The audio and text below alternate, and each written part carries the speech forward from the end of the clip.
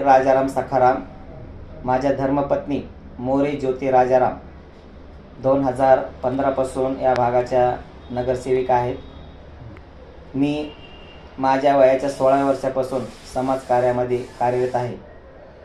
मी हा जो परिसर बसलेला आहे प्रभाग क्रमांक 22, ज्यामध्ये प्रभाग क्रमांक 22 मधून श्रद्धा श्री भंडारी या आमच्या अनुसूचित जाती जमातीमधील उमेदवार आहेत.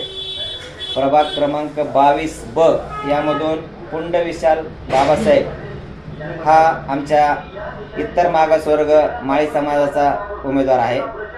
प्रभाग क्रमांक क मोरे ज्योती राजाराम या की सध्या या भागाच्या नगरसेविका आहेत, त्या प्रभाग क मधून निवडणूक लढवत आहेत.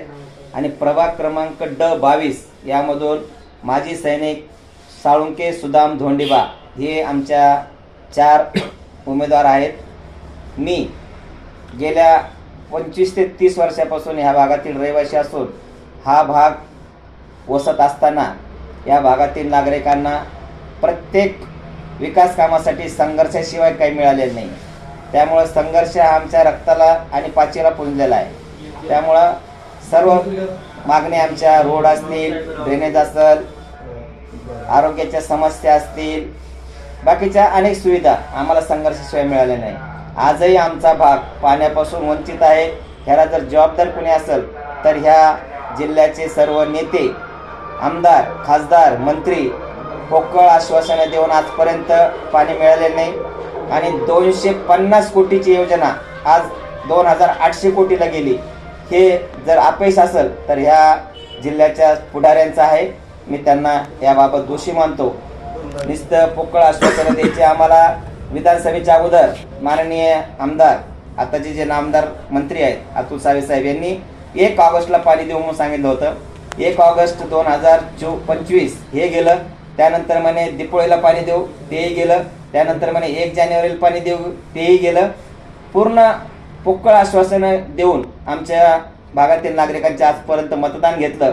मग ते खैरे साहेब असतील, आताचा भुमरे साहेब असतील, या भागाचे आमदार असतील, दोन्ही शहरातले 3 आमदार असतील, खासदार जयस्वाल साहेब, प्रदीप जयस्वाल साहेब असतील, आमचे आताचे नामदार पालकमंत्री संजय शिरसाटजी असतील आणि अतुलजी सावे साहेब असतील, हे सर्व दोषी या ठिकाणी मी असं मानतो. जनतेने या उद्याच्या येणाऱ्या निवडणुकीमध्ये जे तुमच्या आहोला आवाज देऊन तुमच्यासाठी हजर राहतात अशा उमेदवाराला त्यांनी निवडून द्यावं. मी तर असं म्हणेल की प्रभाग क्रमांक 22 मधील 4ही उमेदवाराला अ ब क ड जे श्रद्धा भंडारी, विशाल पुंड, ज्योती मोरे आणि सुदाम साळुंके या 4ही उमेदवाराला विजय करावं. आम्ही तुमच्या दिलेल्या मतदाराला बिलकुल सार्थ न्याय दिल्याशिवाय राहणार नाही, एवढंच या ठिकाणी बोलतो. ताई नगरसेविका असताना काय काम ताई नगरसेविका असताना आतापर्यंत 20 कोटी रुपयाचे काम या भागात केलेले. या भागात रस्त्याचा प्रश्न अजिबात नाही, तुम्ही बघू शकता फिरून. फक्त या भागात प्रश्न जर राहिला असेल तर तो पाण्याचा, आणि पाण्याच्या सुद्धा पाईपलाईन टाकलेल्या आहेत. प्रत्येक एरियामध्ये पाईपलाईन टाकल्या, मुख्य लाईनपर्यंत पाईपलाईन आणून सोडल्या. फक्त देशमुख नगरची टाकी भरत नाही आहे, तिला पाणी नाही आहे आवक. त्यामुळं आमच्या भागाला आजपासून पाण्याचं वंचित आहे. आणि आता जे लोक पाण्यासाठी पाण्याचं नाव करून मतं मागतात, हेच लोक पाणी न देण्याच्या मागे कारणीभूत आहेत. त्याचे माझ्याकडे पुरावे. सभागृहामध्ये ज्यावेळेस मोरेताईने प्रश्न विचारला पाण्याच्या बाबतीत, त्यावेळेस मोरेताईला या भागाला पाणी देता येणार नाही म्हणून या आता जे मतं मागताय उमेदवार त्यांचे व्हिडिओ आहेत माझ्याकडे. काय पुढं काय ठळक काम? आता आमचा या भागाचा प्रश्न म्हणजे साहेब, सर्वप्रथम पाणी, त्यानंतर आरोग्य केंद्र पाहिजे. आमच्या भागात बालवाडीची मागणी आहे. त्यानंतर लहान बाळांसाठी मैदानं नाहीत खेळायचे, गुंठेवारी भाग असल्यामुळं. आणि त्याच्यानंतर नाना नानी पार्क ज्येष्ठ नागरिकांसाठी हा आमचा मानस आहे. पण सर्वप्रथम प्राधान्य असेल ते पाणी. काय आव्हान करसान मतदारांना? मतदाराला एकच आव्हान करेल, खूप आश्वासनं देतील तुम्हाला, खूप भूलभुलया करतील, आर्थिक रसद पुरवतील, पण ह्या बाबीला भीक न घालता जो तुमच्या हाकेला तात्काळ उपलब्ध राहील अशा मतदाराला मतदान करावं, उमेदवाराला.